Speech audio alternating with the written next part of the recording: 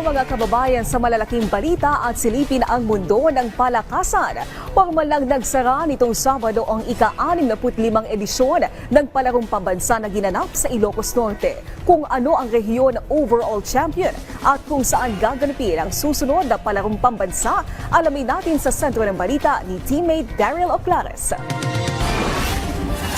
Matapos ang isang linggong tagisan ng mga pinakamahusay na student athletes sa Pilipinas, opisyal nang nagwakas ang isa muling makabuluhan at makasaysayang palarong pambansa sa Ilocos Norte. Sa closing ceremony na isinagawa sa Ilocos Norte Centennial Arena nitong Sabado, present pa rin ang iba't ibang mga delegado na tila hindi pa rin nauubusan ng lakas at patuloy na sinisigaw ang cheer ng kani-kanilang mga rehiyon.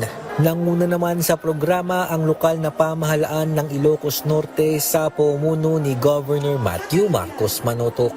Sa kanyang talumpati, nagpasalamat siya sa lahat ng delegadong bumisita sa Ilocandia para sa palaro at hinikayat niya na muling bumalik sa kanilang probinsya.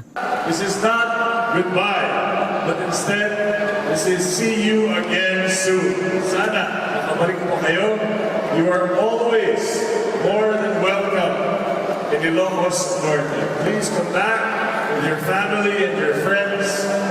Dumalo rin sa seremonya si Department of Education Secretary Sani Angara na binati ang Ilocos Norte sa naging matagumpay nitong hosting ng annual multi-sports grassroots competition. And of course, to Ilocos Norte, thank you for being such wonderful hosts. Thank you very much. We saw so many sides of Ilocos that we didn't know or had not encountered before. It's maybe my 4th or 5th time already in Ilocos, and every time I come back, it reveals a new side. So I'm sure, I hope some of you, yung hindi pa uuwi, may oras kayo para umikot dito sa napakagandang lalawigan ng ating Pangulo.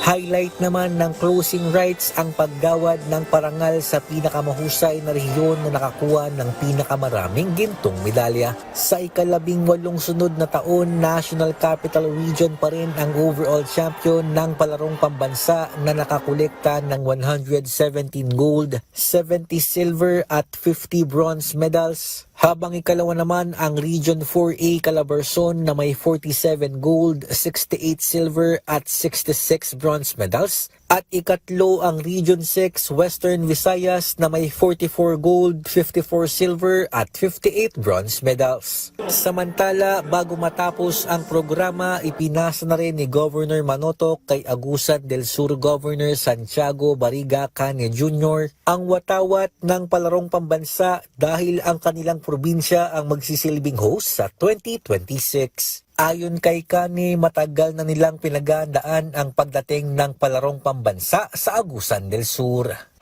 Standing here today, I am both honored and humbled by the opportunity to welcome and host the Palarong Pambansa 2026 in our province.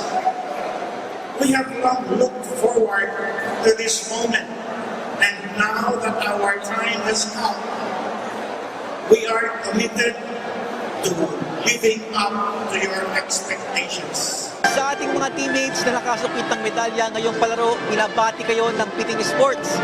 Sa mga nabigo naman, naway baunin ninyo mga natutunan at mag-ensayo na dahil magkikita-kita pa tayo sa Agusan del Sur sa 2026. Mula rito sa Ilocos Norte, Daryl Oclares para sa Atletang Pilipino para sa Bagong Pilipinas.